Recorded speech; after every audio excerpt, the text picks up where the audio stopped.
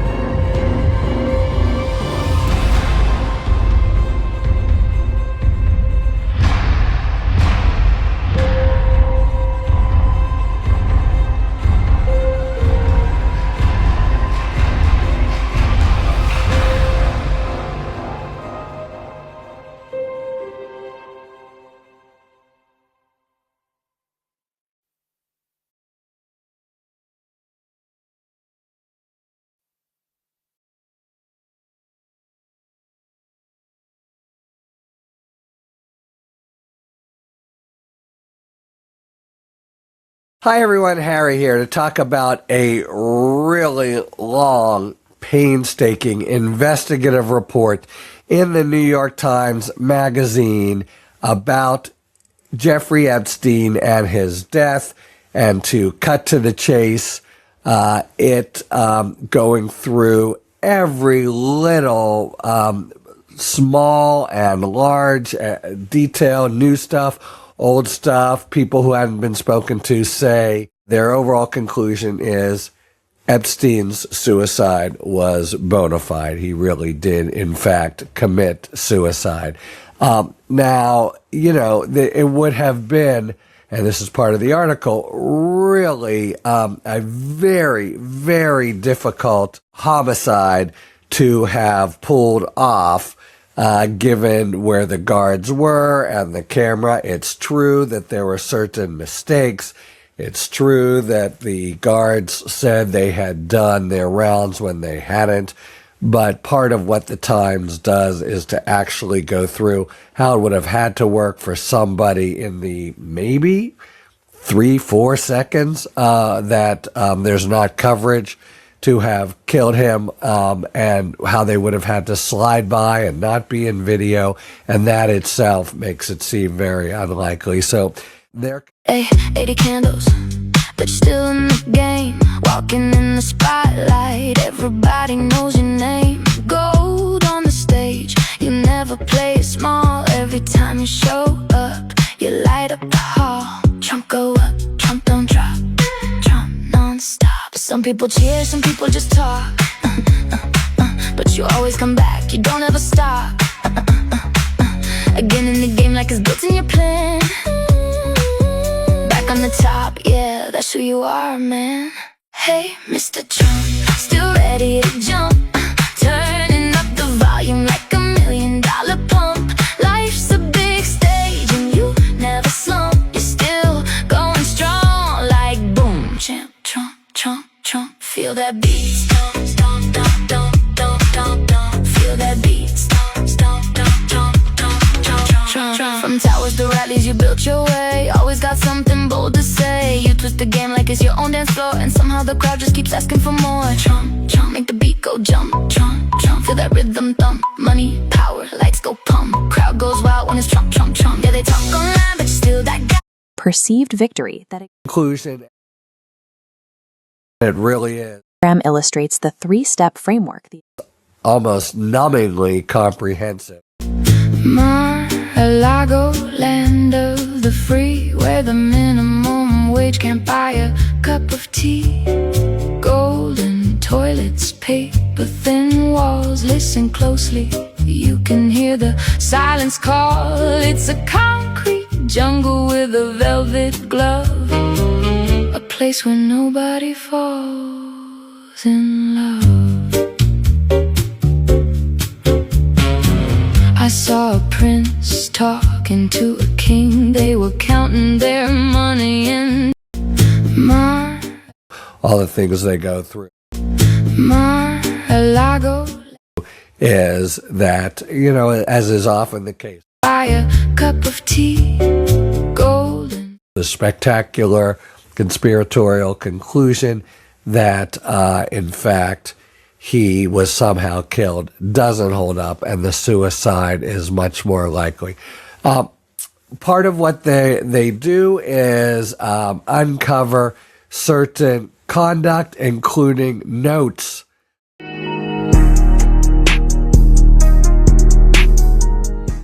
from Epstein that had not come out before, that seem to be, at a minimum, kind of precursors to a bona fide suicide note. So they have a note that hadn't been published that says it's a treat to be able to choose one's time to say goodbye. We had heard about that note. A cellmate had found it in magazines, but he kept it because he wants to be able to use it potentially to his own advantage. That's jail for you.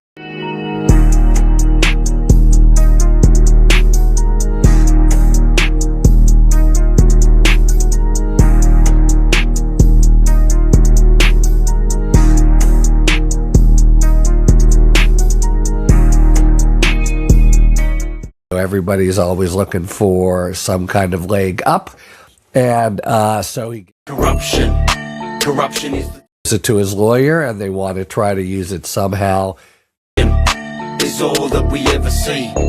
They control to gain a reduction of sentence. So we don't have it, or it's not with the Epstein file. The guy who got it actually was a quadruple murderer. There's a picture of him in the Times Magazine. He's obviously a tough customer, bald.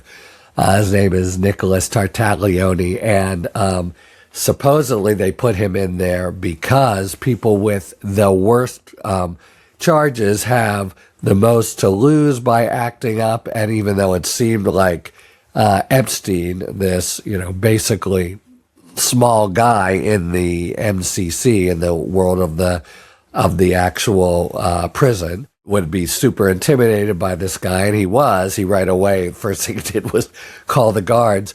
The notion is that this was actually more safer for him, and that wasn't some kind of dereliction. Probably minds through the TV. Corruption is the topic of discussion. Baby telling lies, we don't trust them. Destruction is all that we ever see. They control minds through the TV. Corruption is the topic of discussion. Baby telling lies, we don't trust them. Destruction is all that we ever see. Keep your eyes open, don't be deceived. Corruption in the government, that's what we're seeing. Corrupt politicians really ain't no human beings. They're all puppet leaders and they're straight taking bribes. For the right price, they don't mind taking lives. You think voting for the latest guy will make it right, but the whole game is rigged, don't waste your time. Suicide is on the rise, that's no surprise. Manipulation through the screens telling only lies. Social engineering got these people in a cult. They slowly building their own prison and they didn't know it. They want you to own nothing and you'll be happy. All these evil coming at me, but they'll never trap me. All these evil coming at me, but it's nothing to me. I put my faith in the Most High, the one and only. I won't comply with the dark side, they can't control me. I'm seeing through all these phonies and it's nothing but corrupt. the big new evidence, and it comes from this guy who was with him, is the evidence of multiple suicide preparations by Epstein. So after he lost his bid to have some kind of be at liberty while waiting for the charges to begin, he came back very frustrated and asked this guy, says this guy anyway, how do you make a noose? Twice this guy caught him trying to prepare a noose. Once this guy found a noose hidden under Epstein's mattress. Supposedly the guards, who really come off quite poorly here, the guards at the MCC, discounted or even laughed off what Tartaglione was telling them. But some of this, at least he was reporting at the time, this guy is trying to make a noose. Moreover, there are some notes that the Times was able to get their hands on that Epstein had written in jail.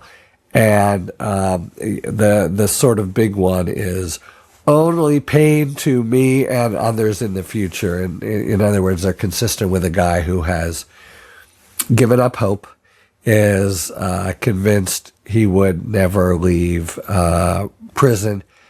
He was very upset about the prosecution, which he saw as just dredging up old charges.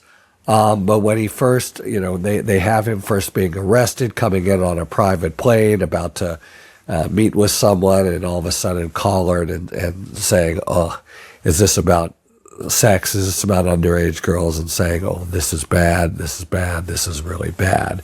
The Times managed to get an inmate who was in a nearby cell when Epstein died, and this guy at least told the Times he recalled the sound of sheets being torn for about 10 minutes, and there's a picture after Epstein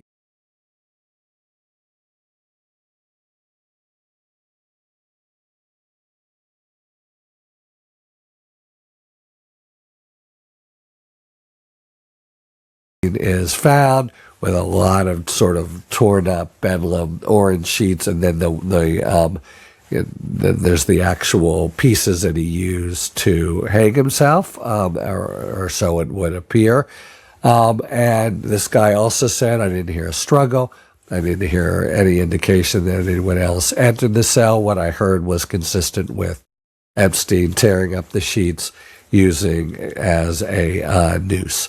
So that's the sort of main, I guess you could call, forensic evidence or physical evidence, but also the Times, which this is a huge story in terms of length, not in terms of import, but they really want this to be the definitive account. They have all kinds of stuff that we haven't heard before, but they go through the supposed security failures that people who think that he was killed point to, and they say, yep, it's true. There were the guards they falsified logs about going around the night before. Their evidence collection was really sloppy. And so they don't give them a clean bill of health there. They just say that it doesn't fit with any kind of concrete supposition about having committed suicide.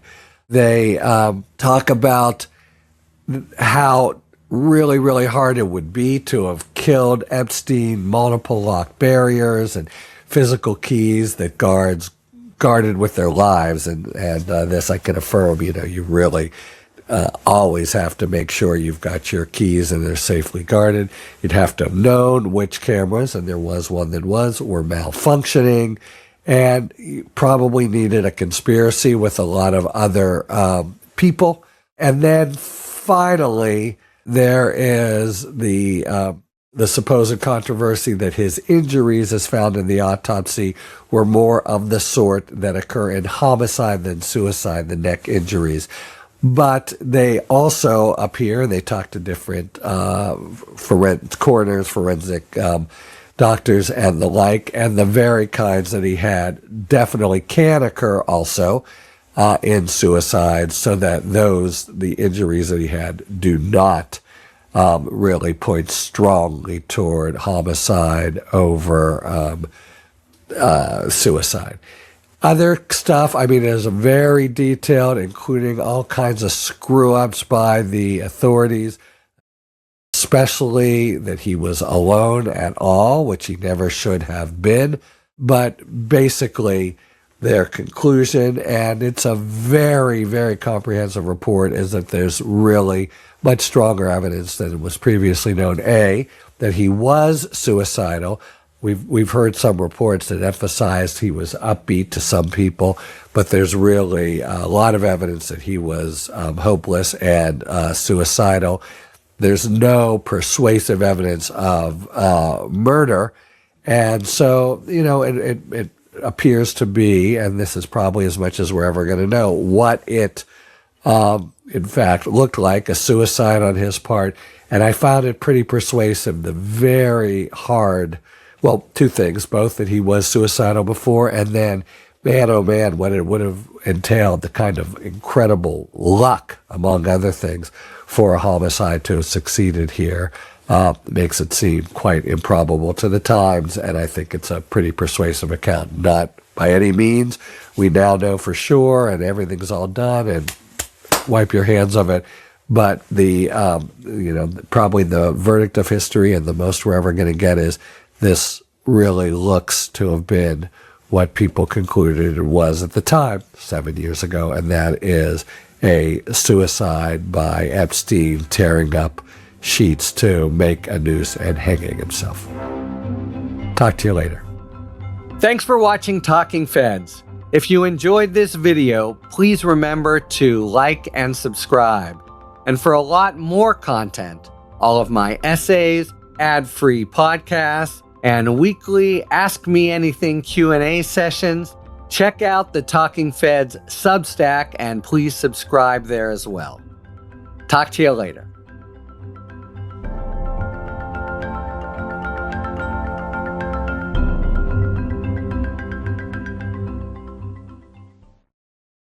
Senator Sheldon Whitehouse is a Democrat of Rhode Island and sits on the Senate Judiciary Committee, and he joins me now. It really does seem, it seemed this way before, but I have to say it seems accelerated to me, and I wonder if you feel this way too, since the departure of Pam Bondi and Todd Blanche filling in, who's now been nominated for the role. It seems like there's a whiteboard somewhere and markers of who Trump wants to target, and they're just kind of going down the list and ginning up what they need to. Is that how it looks to you? Well, I think there are two things going on. One is I think Trump feels his presidency skidding away from him. His numbers are crashing. Even Republicans in Congress are starting to stand up against him. He can just feel that his presidency is failing, and so that adds to his sense of desperation. And then he's got his stooge, Todd Blanche, basically auditioning to be the next attorney general. He's going to have to go through one hell of a confirmation. He's going to want Trump to be able to overlook a lot of stuff. So building cred with Trump by going after his enemies is kind of the strategy. But, you know, you're right. You looked at Jim Comey, you looked at Letitia James, you looked at my 6 colleagues who are veterans who talked about soldiers' rights to disobey unlawful orders. Fed Chair Powell, they went after him. Bill Pulte's Little Shop of Horrors produced Lisa Cook and Adam Schiff. Over and over and over again, you see these cases, and when they go forward, they fall to smithereens. Next up is probably the Southern Poverty Law Center. I don't predict a good outcome for that. And the upshot of all of this is the Department of Justice has lost something really important to it and to all of us, and that is the presumption of regularity. The government enjoyed a presumption of regularity until President Trump and his phony baloney attorneys general. There is some reporting about some other things that have been happening out behind the scenes of the Department of Justice and above in the administration, including some reporting from the New York Times about a discussion about whether to suspend habeas corpus that happened during the kind of mass deportation push and the federal push into Minnesota. Inside the White House, Stephen Miller saw an opening for an idea he'd raised previously. What if Trump simply claimed the power to suspend habeas corpus? Then the locked up immigrants would be blocked from receiving hearings or even from seeking court orders to prevent their removal. This was an opportunity for Trump not only to speed up deportations, also assert vastly expanded power of a legal system that was getting his way. Ultimately, it didn't happen, but you also have to feel like this is an idea that's still hanging out there. What is your reaction to that reporting, and how concerned are you that one comes back around in the carousel? Yeah, it's just bonkers and bizarre, Chris. I mean, habeas corpus goes back before the Revolutionary War, before the founding of our country.